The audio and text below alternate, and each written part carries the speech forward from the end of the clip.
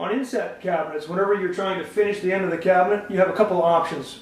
One is just a standard veneered end. The cabinet side is a finished veneer.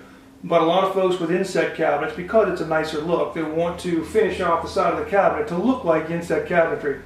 We're going to walk you through one of the ways to do that, but let me talk you through the two ways you could. You're going to have a seam. Because these are ready to assemble cabinets, there's no way to make the cabinet side be the end panel. So you're going to be applying a frame and a door to the side of your cabinet. There's an easy way and there's a hard way.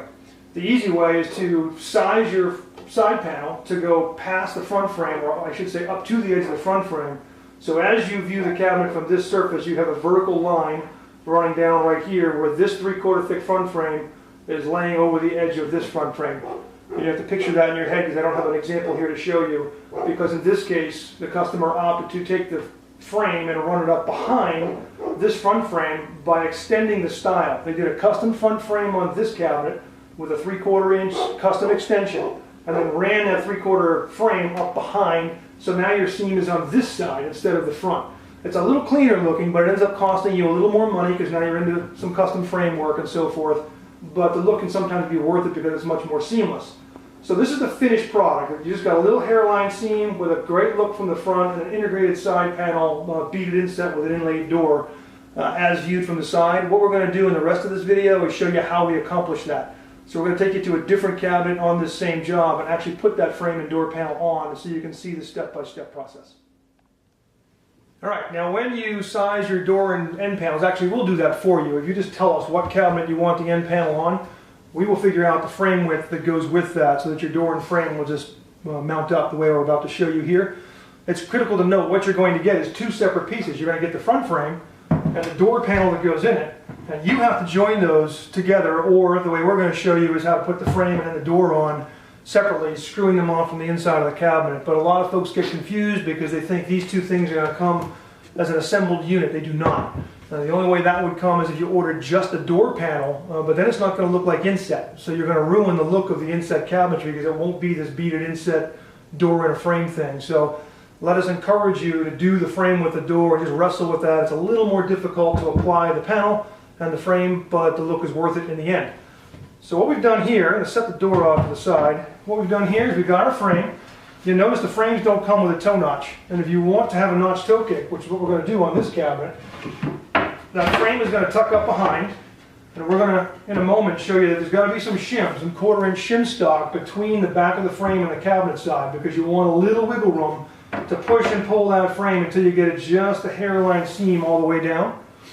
But what you see out down here is this is not notched for toe. So once you have this where you want it, it's up tight to the bottom of the counter or the top of the base cabinet if you have no counter, just take your pencil and you can just run a little trace line on the inside, that's your cut line, and then just get your jigsaw, which we're going to do off camera here in a moment, and cut out that toe kick. And then when your toe boards go on later, your toe board will run past and cover up that cut edge with finished toe kick material. So we'll be back in one moment with the frame that's ready to install and show you how the rest of this goes.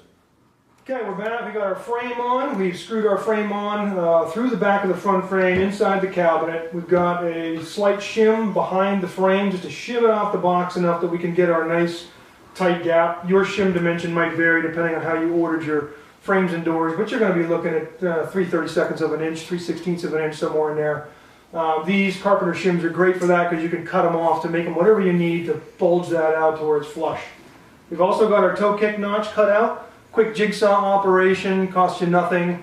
Conestoga will do that as a standard option on full door panels, on wide bottom rails, on front frames. It would be a custom deal. We'd have to run through job shop, but it can be done. We just opted to cut it ourselves because it's a cheap freebie. It takes 2 seconds with a jigsaw.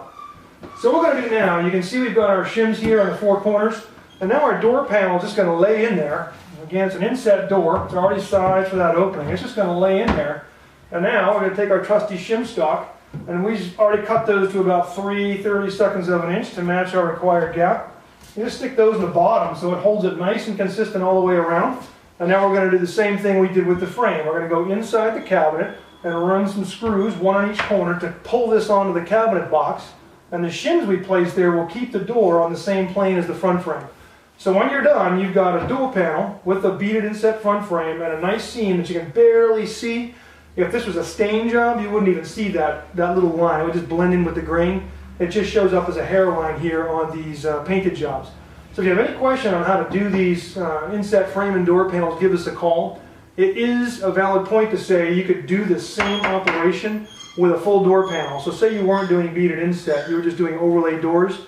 You can still do a library panel or a wainscot that goes from countertop to floor with that toe notch. It's going to install the same way if you want to do this trick with the seam on the side. And you can also do these same kind of treatments on the backs of islands, backs of peninsulas to finish them off instead of using Home Depot style veneer. So again, give us a call if you have any questions, 888-211-6482.